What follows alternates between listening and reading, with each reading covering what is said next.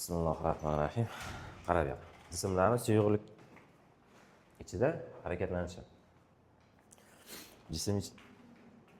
Suvga jism tashib ko'rgansan-a? Hech. Nimada tashib ko'rgansan? Shunday toshlar nima bo'ladi? Cho'kib ketadimi? Cho'kib ketadi. Chuqurroq joyga tashlasang, u tezlanish bilan cho'kishi mumkin, tezligi oshib borishi mumkin. Pastga tushgan sari o'sha narsani o'rganamiz. Tashlab yubordik mana tepadan. Suv ustiga keladi. Keyin cho'kadi pastga qarab. Yoki suv ustida shunday qo'yib yubordik. Nomiga olib kelib, mana bu yerda qandaydir boshlang'ich tezlikka ega deymiz. Shuni qizil bilan baribir belli. Boshlang'ich tezlikka ega deymiz. Bu boshlang'ich tezligi 0 bo'lishi ham mumkin. To'g'rimi? Keyin pastga qarab tushadi. Tezlanish bilan idishni tubiga deymizmi yoki qo'lni tubigami farqi yo'q. Nima qiladi? Qanot tezligini o'rlab va tezlikni o'rladi. Va tezlik aniq ayta olamiz. V0 dan katta bo'ladi. Tezlashib boryapti. Nima hisobiga tezlashadi? Sen menga aytasan hozir. Qara. Ikkinchi mikrofonni ham qo'yib olaylik.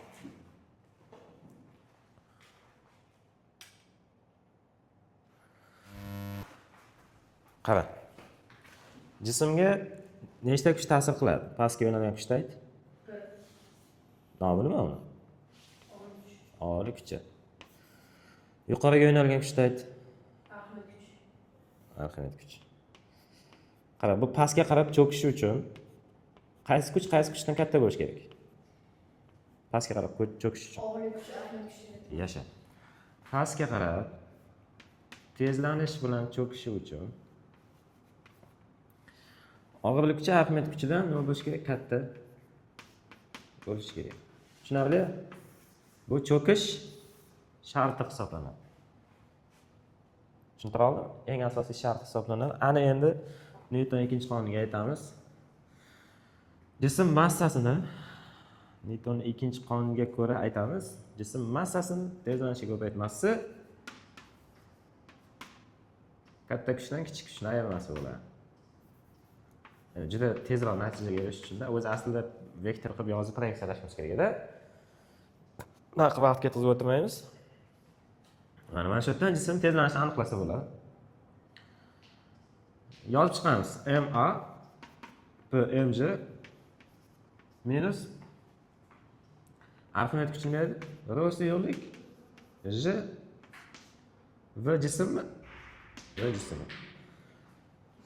Hammasini massaga bo'lib olamiz. Jlar qisqarmay, qanaqa qisqaradi? J qavsini tashqariga chiqishi mumkin. Hammasini massaga bo'lib olaylik. Buni massaga bo'lamiz, buni massaga bo'lamiz. Massasi qolib ketadi bu xatlar. Endi buni massaga bo'lamiz. Rho suyuqlik J V jism taqsim M jism bo'ladi, jism massasi bu.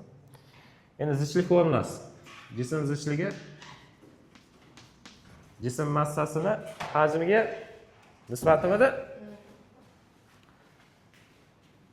jismniki bu. Shu yerdan V bo'lingan M nimaga teng? 1 taqsim rhomi? Mana buni o'rniga 1 taqsim rho qo'yamiz yoki 1 taqsim rho jism. J bilan J ni qavsini tashlab chiqaramiz. Xullas mana A kelib chiqadi. A J ko'paygan. Mana bu yerda 1 qoladi, to'g'rimi? Ayrilgan suratda rho suyuqlik mana 1 taqsim rho bo'ladi deb aytyapsan sen. Shunda rho jismga yozamiz. Ana bu jismni tezlanish bilan cho'kish formulasi kelib chiqadi. Endi u yog'i mana bu h chuqurlik deymizmi, s masofa deymizmi, farqi yo'q. Tushunarli? Endi bog'lab tashlayveramiz. Yo'q. S nima edi? V kvadrat V0 kvadrat taqsim 2a edi. Shunday qo'yilsa o'rniga yana formula yasalib qoladi. Kerak emas, uni dash qilmaymiz. Tushuntira oldim? Alohida aniq hisoblab olamiz. Alohida keyin s ni topsa ham bo'ladi. S agar mana bu yurish yo'li berilgan bo'lsa, cho'kayotganda. Yurish yo'li berilgan bo'lsa, boshlang'ich tezligi 0 deb berilgan bo'lsa yoki qanaqadir qiymat berilgan bo'lsa, v ni so'ralsa topishni bilasan yo'q. Kelishiga tushundingmi? Qara. Mana bu formula edi. Mana shu formulani bilmadim, eslab qolasan, eslab qolma. Mana bu narsani eslab qolishni maslahat beraman. Shartni, o'sha shartdan keltirib chiqarsa bo'ladi. Keyingisi jismni suyuqlik tubidan tezlanish bilan suzib chiqish sharti. Cho'kmaydigan jism majburlab botib ko'rganmisan? Masalan, baklashgan suvni ostiga. Po'kakni. Majburlab shunday botirsang, nima qiladi? Chiqarib tepaga uchib chiqadi. Tezlanish bilan uchib chiqadi. Shunday baliqqa o'xshab sakrashi ham mumkin, keyin qaytib tushadi suv ustiga. To'g'rimi? O'sha narsani o'rganamiz. Misol pastroqdan chizing. Idishni. Xo'p. Tepaga sakraganini ham chizamiz-da.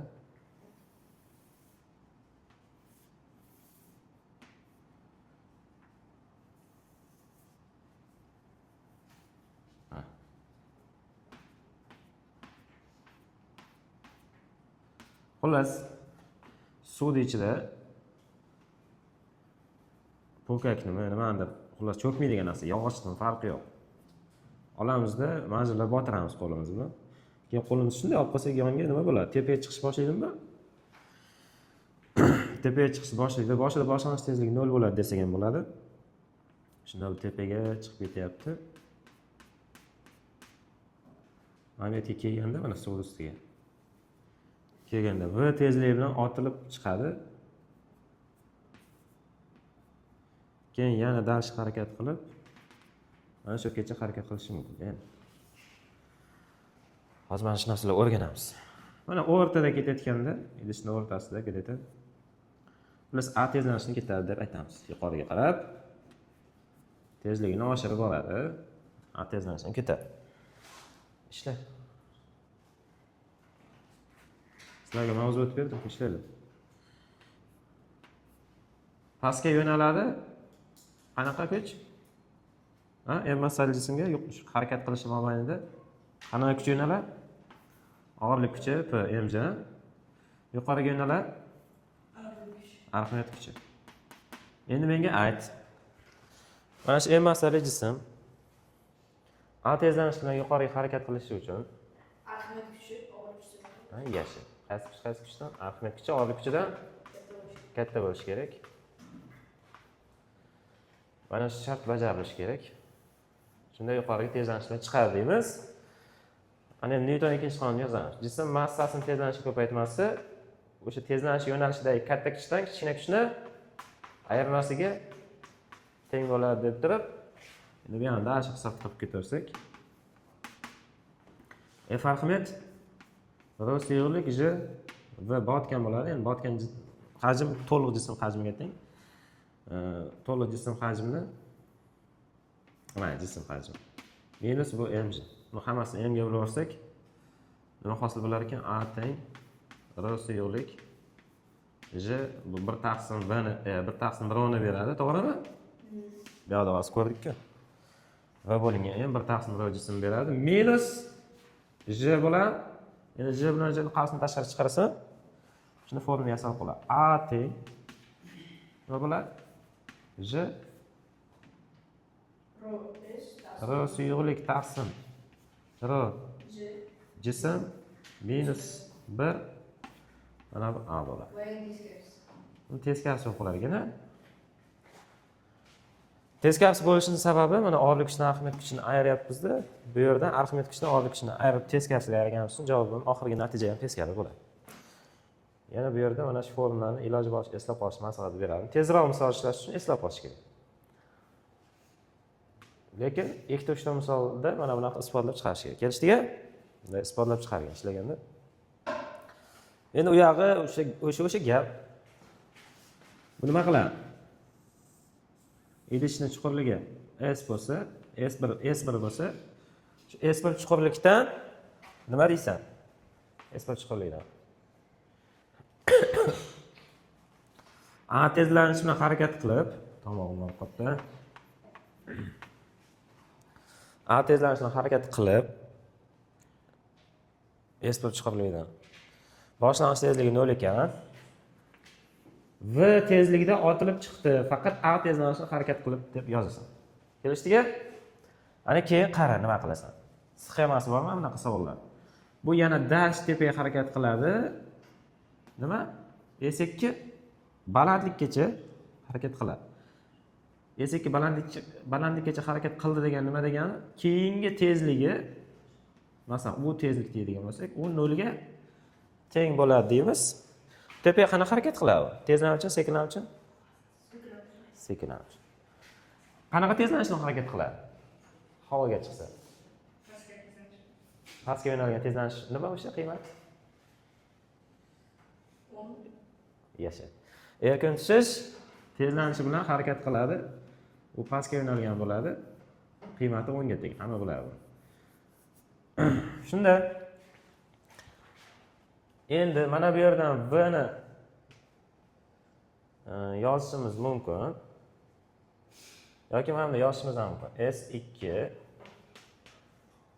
V ni kvadrati bo'lingan nima bo'ladi? O'z mana V ni kvadrati ayrilgan 10 kvadrati bo'lingan 2 nima bo'ladi? 2A. Yaxshilab qarachi chizmaga. 2J bo'ladi. U 0 ga teng plus o'chib tashlab bo'ladi. Tushunarlimi?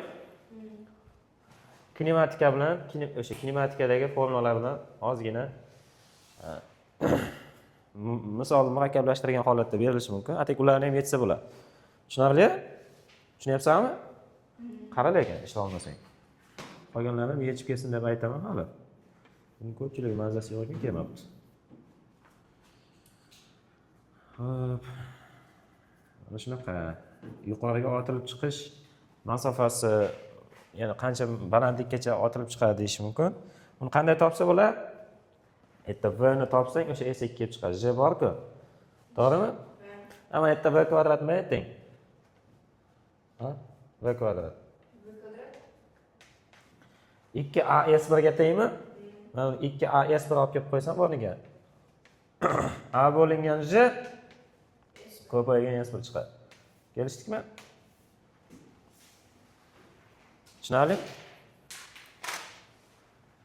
S1 masofani A tezlanishini harakat qiladi, S2 masofani J tezlanishini harakat qiladi. S2 ni so'rasa mana formulasi bu, srazi chiqaradigan formulasi. Lekin maslahat bermayman, mana bunaqa mehnat qilib chiqarish kerak. O'shani esda qoladi. Bu arifmetik kuchi tugar.